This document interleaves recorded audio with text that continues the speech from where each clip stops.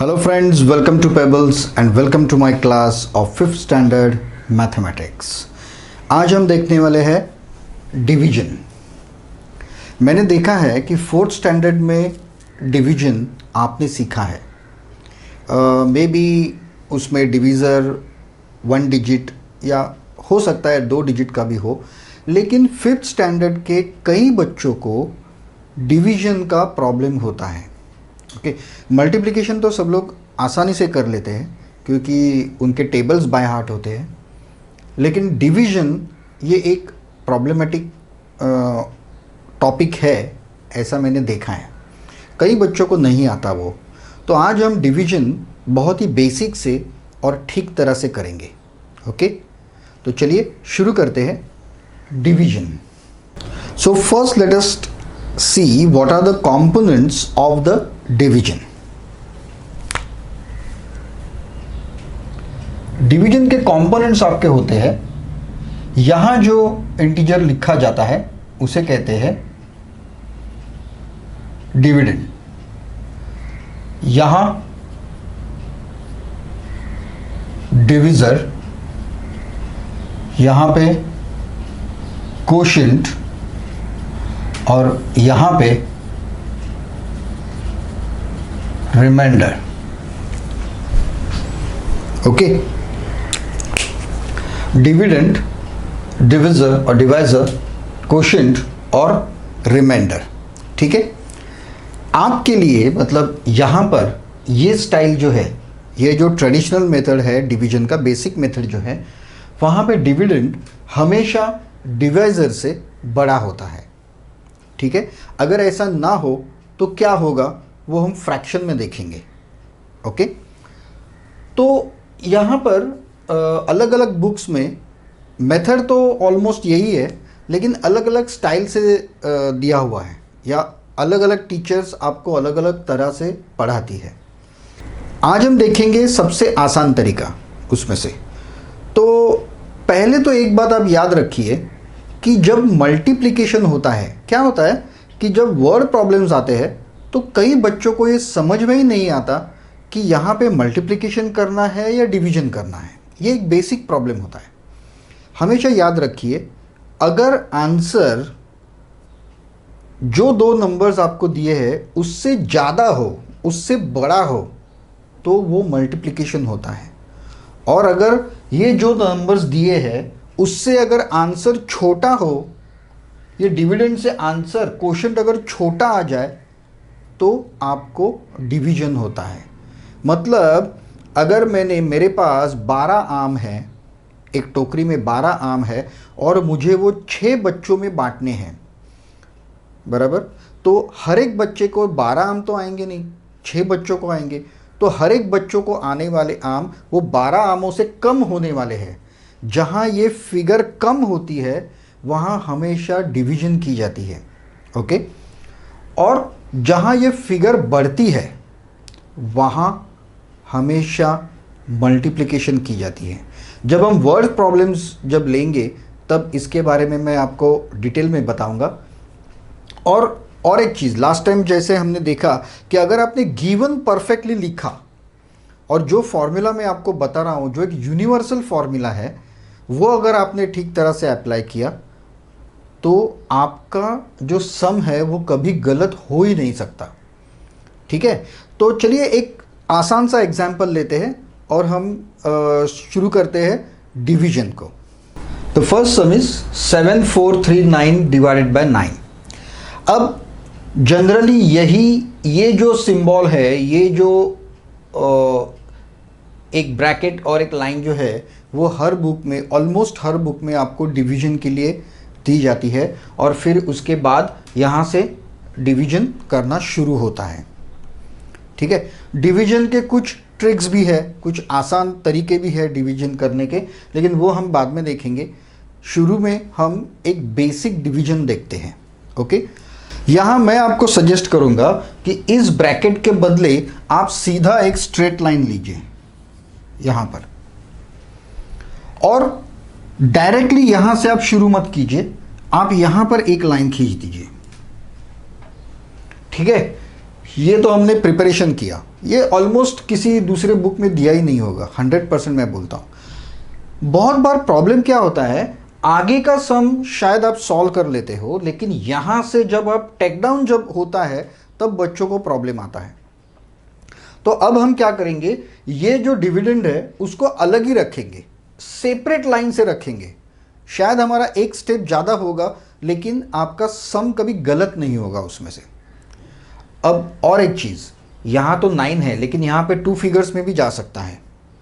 तो मेरी सलाह ये है कि 1 to 30 के टेबल्स आपको बाय हार्ट होने चाहिए, okay, otherwise there will be problem. Almost 1 to 10 को तो 1 to 10 टेबल्स तो सभी को याद होते हैं, लेकिन उसके बाद थोड़ा मुश्किल हो जाता है। और मैंने देखा है कि बच्चों को 13, 17, 19, 23, 27, 29 ये जो टेबल्स है वो बाय हार्ट करना बहुत ही डिफ़िकल्ट जाता है। पता नहीं क्यों, लेकिन ये प्रॉब्लम्स होता है। मुझे भी ये टेबल्स नहीं आते, तो कोई बड़ी बात नहीं है उसमें, लेकिन हो सके तो 1 to 30 के टेबल्स आप याद कर लो, तो आपको डिवीजन में बहुत आसानी होगी। और जहाँ पर सम बड़े हैं, मतलब डिविज़र आपका बड़ा है, मतलब 2 डिजिट में है और 25, 26, 29 ऐसे बड़ी फिगर जहाँ पे है, वहाँ आप अगर टेबल बाय हार्ट हो तो आसानी से आप डिवीजन कर सकते हो, ओके। अब यहाँ से हम एक एक फिगर नीचे लेंगे, ठीक है, और नीचे लेते जाएंगे। तो चलिए हम शुरू करते हैं। सबसे पहले यहाँ जो 7 है वो मैं नीचे लेता हूँ, 7। अब आपको 9 का टेबल बोलना है। 9 1 जा 9, ये तो 7 तो छोटा है उससे, मतलब उसका डिवीजन नहीं हो सकता। 7 को आप 9 से डिवाइड नहीं कर सकते। अब और एक चीज़, हर एक डिजिट के नीचे हर एक डिजिट आना चाहिए, ओके। तो नहीं हो सकता, इसलिए मैं यहाँ पे लिख रहा हूँ 0।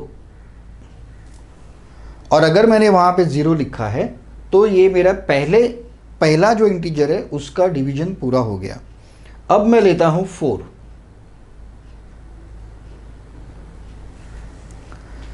अब 9 के टेबल में 9 8 जा इज 72 एंड 9 9 जा इज 81। 81 तो इससे बड़ा हो गया, तो फिर हमें 72 लेना पड़ेगा, मतलब 9 8 जा, यहाँ पे 8 आ गया एंड यहाँ पे आ गया 72।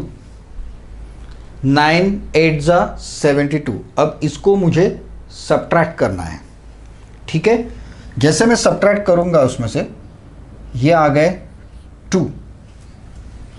यहाँ पे आप 0 लिखेंगे तो भी ठीक है, लेकिन लिखने की ज़रूरत तो नहीं है, ओके। तो अब मेरा 4 का भी डिवीजन हो गया। अब मेरा आएगा 3, तो अब मैं 3 आंकड़ा नीचे लेता हूं। सो एग्जैक्टली उसके नीचे लिखिए 23। 9 3 जा 27। सो 27 तो नहीं हो सकता, 23 में से 27 जा नहीं सकते, तो 9 2 जा 18। अब यहां भी याद रखिए, ये हर एक के ऊपर हर एक आंकड़ा आना चाहिए परफेक्ट। यहां अगर आपने कहीं भी गलती कर दी तो आगे जाके, मतलब जब आप डेसिमल पॉइंट के आगे जब डिवीजन करोगे तब आपको प्रॉब्लम आ सकता है। एक्चुअली एक बार आपको प्रैक्टिस हो गई तो इतना प्रॉब्लम भी नहीं आएगा, लेकिन अभी आप शुरुआत कर रहे हैं तो आप सिस्टमैटिकली ही जाइए, कंपलसरी, ओके। सो 9 2 जा, हियर आई गेट 18। अभी वापस मुझे इसे सब्ट्रैक्ट करना है, तो 23 माइनस 18 इज 5। अगेन ये सब्ट्रैक्शन जो है वो कैरी फॉरवर्ड का सब्ट्रैक्शन है, लेकिन 23 और 18 दो डिजिट से तो मैंने सीधा सब्ट्रैक्ट कर दिया। यहाँ पे मेरा आ गया 5। अब ये लास्ट में नीचे लूँगा और कितने भी डिजिट हो रहे दो उतने एक एक करके आप नीचे लेते जाइए और उसको डिवाइड करते जाइए, okay. Now here I got 9, जो परफेक्टली इसके नीचे मैं लिख रहा हूँ, ठीक है। अभी 9 5 जा 45, 9 6 जा 54, तो 54 आएगा, 9 6 और यहां पे आएगा मेरा 54। इसे भी मुझे सब्ट्रैक्ट करना है और यहां पे मेरे बच गए 5। फाइन।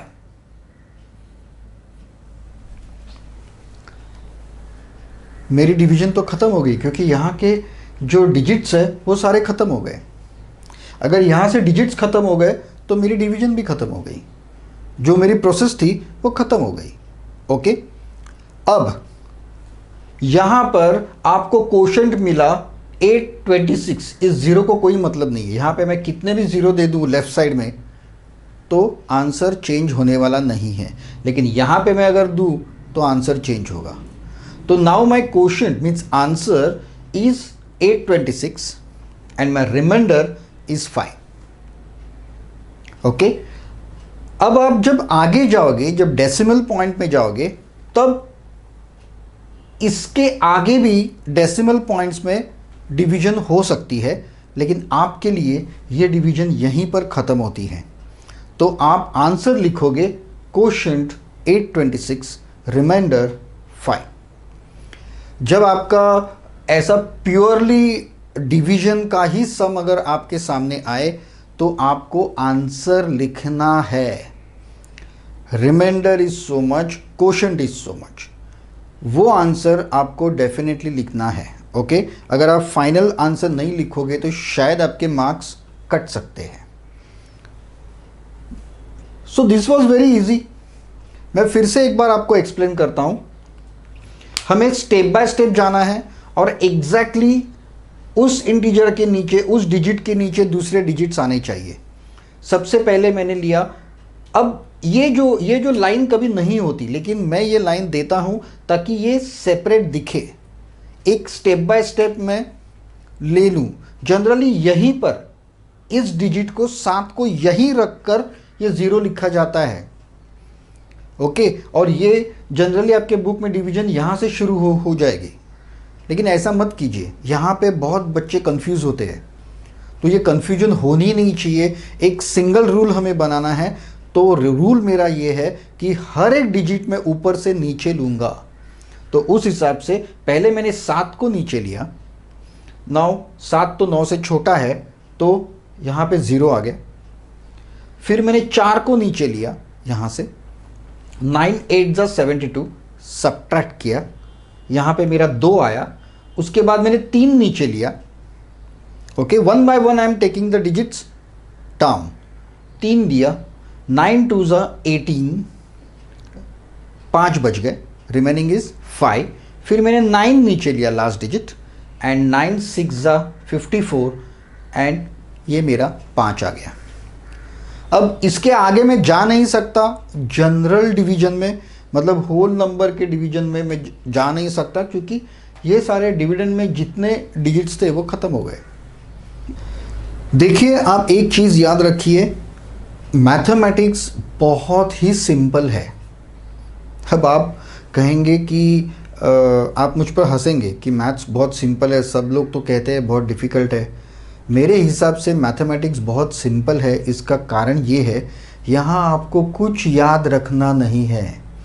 आपके जो लैंग्वेजेस है, साइंस है, सोशल साइंस है, ईवीएस है, यहाँ पे आपको आंसर्स बाय हार्ट करने पड़ते हैं, कुछ तो याद रखना पड़ता है। लेकिन मैथ्स में कुछ याद नहीं रखना है। अगर मुझे ये एक मेथड अगर पता है तो यही मेथड अप्लाई होगी हंड्रेड्स ऑफ सम्स के लिए। आंकड़े बदलते जाएंगे लेकिन ये नहीं बदलेगा, मेथड नहीं बदलेगी। यहाँ पर अगर मैंने 10 डिजिट का नंबर भी अगर लिया तो भी एक के बाद एक मैं करते जाऊँगा, मेथड तो चेंज हो ही नहीं रही है। मुझे कुछ याद नहीं रखना है। बहुत सारे बच्चों को मैंने देखा है कि ऐसा अगर कोई सम आ जाए उनके पहले, तो वो पहले ऊपर देखते हैं ऐसे, जैसे कि वहाँ पे कुछ आंसर लिखा हुआ हो। बहुत बार आपके क्लास में भी बहुत सारे लड़के होंगे, उनसे कुछ भी सवाल पूछो वो पहले ऊपर देखते हैं ऐसे। तो यहाँ पर ऊपर देखने जैसा कुछ नहीं है, जो कुछ भी है वो आपके सामने है यहाँ पर। और ये बहुत ईजी है, क्योंकि एक मेथड करो और उसके ऊपर हज़ारों सम आप सॉल्व कर सकते हो। कुछ याद नहीं रखना है। ओके, सो यहाँ पर अगर कितने भी डिजिट्स आ गए तो भी मुझे कोई फर्क नहीं पड़ेगा, क्योंकि मैं वही प्रोसेस एक के बाद एक नंबर नीचे नीचे लेता जाऊंगा, उसको डिवाइड करूंगा, आगे जाऊंगा। अब इसके बदले यहाँ पे एक क्या 2 डिजिट 3 डिजिट भी आ गए तो भी मुझे कोई फर्क नहीं पड़ेगा। 2 डिजिट अगर 30 तक आ गए तो मुझे 30 तक के टेबल्स बाय हार्ट है। अगर नहीं है तो मैं मल्टीप्लिकेशन करके देख सकता हूँ, छोटी सी मल्टीप्लिकेशन करके मैं देख सकता हूँ उसको। करेक्ट। 3 डिजिट आ गए तो भी कोई, अभी 3 डिजिट आ गए तो आप 100 के ऊपर के टेबल्स तो बाय हार्ट नहीं कर सकते, दैट इज़ नॉट पॉसिबल। लेकिन वहाँ पे छोटी छोटी मल्टीप्लिकेशन और दूसरी छोटी ट्रिक्स करके हम आंसर आराम से निकाल सकते हैं। लेकिन मेथड तो यही है, इससे दूसरा मेथड डिवीजन का है ही नहीं, मतलब ट्रेडिशनल मेथड मैं बोल रहा हूँ। डिवीजन में सिर्फ 2 ही मेथड्स है, एक तो ये मेथड है और दूसरा जो हम डायरेक्ट डिवीजन करते हैं, फ्रैक्शंस में जब हम डायरेक्ट डिवीजन करते हैं वो एक मेथड है, इससे दूसरा कोई मेथड है नहीं। तो हम और कुछ एग्जाम्पल्स लेंगे जहाँ पर डिविजर 2 डिजिट का है और फिर हम देखते हैं क्या होता है, क्या हमारे मेथड में कुछ चेंजेस आते हैं। Late us see that. आगे जाने से पहले मुझे एक बात आपको बतानी है कि अलग अलग बुक्स में आंसर लिखने के स्टाइल्स अलग अलग दिए हुए होते हैं। कहीं आप आंसर में ऐसा भी लिख सकते हो, quotient is equal to 826, remainder is equal to 5। लेकिन एक ऑफिशियल जो आंसर लिखा जाता है वो ऐसे लिखा जाता है,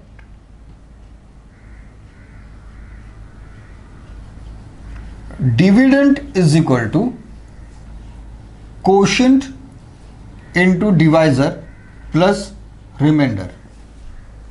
इस स्टाइल से आंसर लिखा जाता है। तो यहां पर अगर मुझे आंसर लिखना है तो I will write 7439 is equal to 826 multiply by 9 plus 5। और अदरवाइज मैं सीधा सीधा लिख दूंगा। मैं यहां लिखता हूं आंसर इसका, नीचे आपको दिखाई नहीं देगा। Quotient is equal to 826, remainder is equal to 5। Either आप इस स्टाइल से लिखिए, it depends on your school, your board, और आपको जैसे स्कूल में बताया गया है, क्योंकि टीचर हमेशा कहती है कि जैसा मैंने कहा है वैसा ही मुझे आंसर और ये फाइनल चाहिए।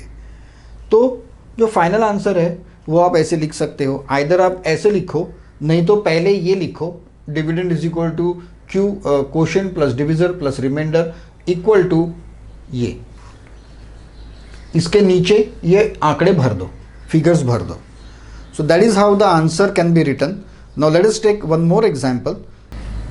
चिंटूकडे 5 आंबे नाही 6 आंबे आहेत, त्याच्यातले घेणार आहे, नंतर घेणार। So this is an example of division 4254 divided by 25।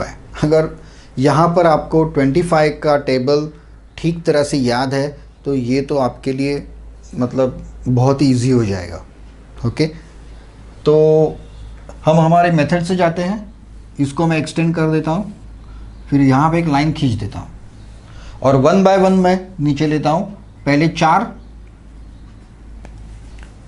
क्या डिवाइड कर सकते हैं? नहीं, क्योंकि ये 4 छोटा है उससे। अब मैं 2 को लेता हूँ नीचे, 42 इज पॉसिबल। चलो 25 का टेबल देखते हैं। 25 2 ज़ा 50, ये तो बड़ा हो गया। मतलब अब ये 4 जब मैंने लिया, कुछ नहीं है तो मैं 0 लिखूंगा, यहाँ पर डिवाइड नहीं हो सकता तो मैं 0 लिखूंगा। नाउ 25 1 ज़ा 25, मुझे सब्ट्रैक्ट करना है यहाँ पर 7 और यहाँ पर 1। नेक्स्ट, अब मैं 5 को नीचे लूंगा, 175, सो 25 4 ज़ा 100 एंड 25 7 ज़ा 175। सब्ट्रैक्ट करेंगे 0 0 0, पूरा 0 ही आएगा। ओके, आप चाहिए तो लिखिए वरना लिखने की भी ज़रूरत है नहीं। ओके, अब मेरा ऊपर से आ गया 4, चलो यहाँ पे 0 लिख देते हैं। 4, इसके बाद कुछ डिजिट्स है ही नहीं, और 25 डिवाइड नहीं हो सकते, 4 को डिवाइड नहीं कर सकता, इसलिए मैं यहाँ पे लिखता हूँ 0। ओके, तो मेरा आंसर क्या आ गया यहाँ पर? अगर मैंने इस स्टाइल में लिखा तो वो आएगा 4254 is equal to 170 into 25 plus 4, या फिर मैं लिखूंगा quotient is equal to 170 and remainder is equal to 4। ये मेरा आ गया आंसर। अगर आपको कुछ नहीं कहा गया है, इफ़ यू आर डाउटफुल, दोनों लिखिए, कितना टाइम लगता है उसमें। अब दोनों भी अगर लिखेंगे तो ज़्यादा टाइम नहीं लगेगा उसमें। ओके, तो चलिए और एक सम देखते हैं जहाँ पे डिविज़र 2 डिजिट में आता है। चलो यहाँ और एक सम लिया 32 और आपका डिविडेंड है 9783 डिवाइडेड बाय 32। बिना कुछ सोचे इस लाइन को मैंने एक्सटेंड किया, यहाँ पे एक लाइन खींच दी। अब 32 का टेबल तो बाय हार्ट आपको होना मुश्किल ही था। जनरली 30 तक हम कर लेते हैं, 32 होना थोड़ा मुश्किल है, लेकिन हमें कोई फ़र्क नहीं पड़ता। ठीक है, हम सीधा अपनी मेथड से करते जाएंगे। पहले 9 लिया मैंने नीचे, यहाँ पे आ गया 0, 9 छोटा है। फिर मैंने लिया यहाँ पे 7, ये 7 नीचे लिया मैंने। अब 32 का टेबल तो मुझे याद नहीं है, लेकिन 30 का मुझे पता है। तो इसके लिए ऐसा करते हैं, जिसका टेबल हमें बाय हार्ट नहीं है तो उसके नियरेस्ट जो 0 होता है वो हम लेंगे। मतलब 32 का नियरेस्ट 0 क्या आएगा? 30, या 37 होगा तो नियरेस्ट 0 क्या आएगा? 40। ओके, 37 है तो 40 आएगा, या 35 और उसके आगे होगा तो 40 आएगा, 35 के पहले होगा तो 30 आएगा। तो 30 का टेबल मुझे याद है, क्योंकि 30 का टेबल तो याद करने की भी ज़रूरत नहीं है। 3 का टेबल अगर आपको याद है तो 30 का टेबल तो आराम से याद आएगा। 3 का टेबल बोलना है और हर एक के सामने 0 0 0 लगाना है, दैट्स ऑल। तो 3 3 ज़ा 9, मतलब 32 3 ज़ा 90 के ऊपर ही होगा, लेकिन 2 3 ज़ा 6, तो ये 96 आ जाएगा। तो माई फर्स्ट विल बी 3 ज़ा 96, सब्ट्रैक्ट कर दूंगा। ओके, सो यहाँ पे मेरा आ गया, सब्ट्रैक्शन आ गए 1। अब मैं 8 को नीचे लूंगा, 18 छोटा है तो यहां पे आएगा 0। अब मैं 3 को नीचे लूंगा, अब यह आ गया 183। नाउ 3 के टेबल में ये 18 कब आता है? 3 6 ज़ा 18।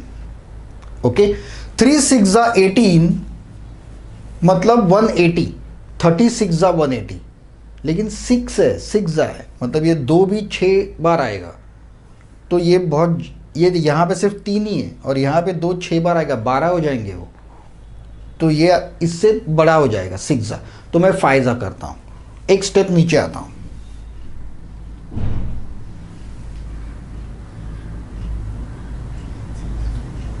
$160 सब्ट्रैक्ट करना है।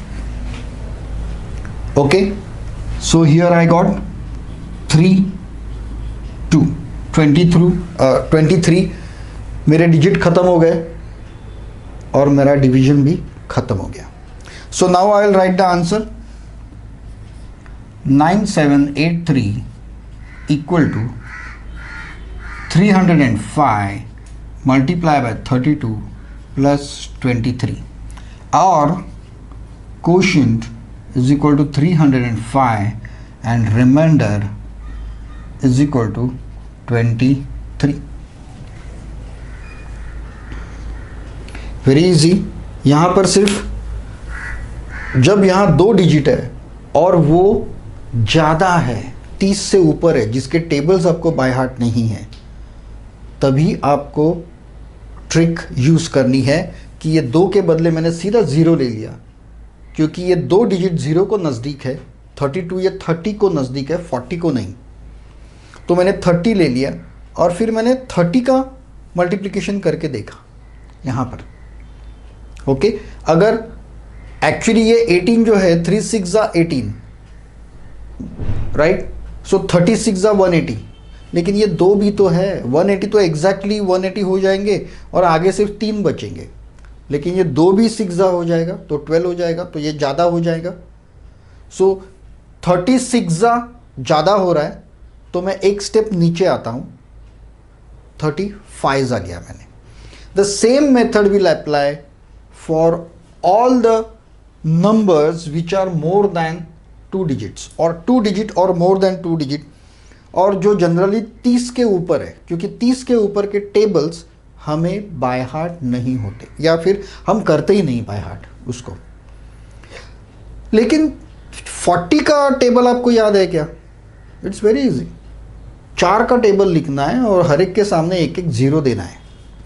जब हम ऐसा मल्टीप्लिकेशन करते हैं like 10 20 30 40 50 60 up to any numbers, जहाँ पे एंड में 0 आता है, तो आपके आंसर में भी एंड में 0 ही आएगा, आपको एक 0 देना है बस। क्योंकि वी नो दैट जब हम 10 से मल्टीप्लाई करते हैं तब सिर्फ एक 0 सामने रख देते हैं, that's all. So this division, this may be the revision for some of you और some of you may have learnt it just now. Actually the problem यहाँ पर नहीं है, ये जो मेथड है ये बहुत आसान मेथड है, आप इजीली सॉल्व कर लोगे। मतलब एक थोड़ा सा 2-3 बार 8-10 सम अगर आपने सॉल्व कर लिए, आपको अगर प्रैक्टिस हो गई उसकी, तो ये तो आप आसानी से कर लोगे। तो डिवीजन में प्रॉब्लम कहाँ पर आता है? प्रॉब्लम तब आता है जब आपके वर्ड प्रॉब्लम्स आते हैं। कई बार ये बच्चों को समझ में ही नहीं आता कि इसको क्या करना है, मल्टीप्लाई करूं या डिवाइड करूं या क्या करूं, यही समझ में नहीं आता है बच्चों को।